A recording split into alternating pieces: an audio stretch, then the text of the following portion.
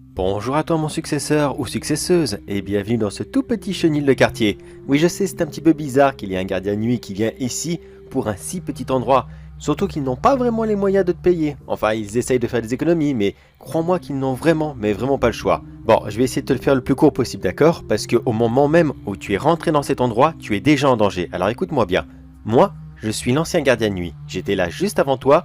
Et je t'ai laissé ce Walkman pour te donner une seule directive. Elle est très importante, alors écoute-moi attentivement, d'accord? Dans ce chenil, il y a bien sûr plusieurs animaux, des chiens, des chats et j'en passe. Mais ici, il y a un animal qui est plus ou moins une mascotte, qui ne part jamais, car de toute façon personne ne veut de lui, il est beaucoup trop vieux.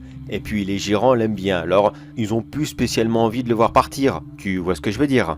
Mais écoute-moi bien, mais retiens bien ça, cet animal c'est un chien, exactement un Doberman. Et ici, il n'y a qu'un seul Doberman et toujours un seul Doberman, d'accord? S'il refuse tous les autres, ce n'est pas par choix, mais par nécessité. Car tous les soirs, sans exception, il y aura un deuxième Doberman.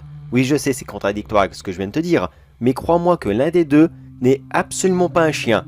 Qu'est-ce que c'est? Pour te l'expliquer le plus rapidement possible, tu vois les skinwalkers? C'est la même chose. C'en est pas un, mais c'est exactement la même chose. Quand tu arriveras, le Doberman sera en liberté, lui et son sosie. Alors surtout choisis bien, car l'un des deux n'est pas le bon. Et si tu restes avec lui dans une pièce tout seul, tu risques de passer un très mauvais quart d'heure, à condition que tu survives bien sûr. Le seul moyen pour les reconnaître, l'imposteur aura toujours un regard fuyant. Il fera tout pour ne jamais au grand jamais croiser ton regard. Pour la simple et bonne raison que si ses yeux sont légèrement éclairés, ils vont briller comme un sapin de Noël.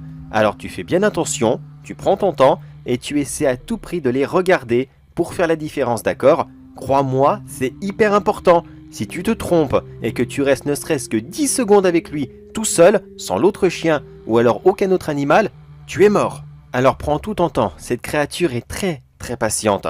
S'il faut attendre toute la nuit, elle attendra. Mais si tu arrives à l'identifier, tu l'attrapes simplement par le collier, avec bien sûr l'autre chien encore à côté de toi, tu l'enfermes dans une cage et il ne se débattra pas. Oui, il est possible que tu l'entendes hurler toute la nuit, c'est possible, il le fait pas à chaque fois. Mais prépare-toi quand même car c'est très impressionnant. Il poussera des cris que tu n'auras jamais entendus et ceux-ci vont te glacer le sang, c'est insupportable à écouter, mais vraiment insupportable. Et si tu te poses la question, oui, tu pourrais partir là tout de suite et ne plus jamais revenir ici, c'est tout à fait possible. Mais est-ce que ce travail ne serait pas exaltant?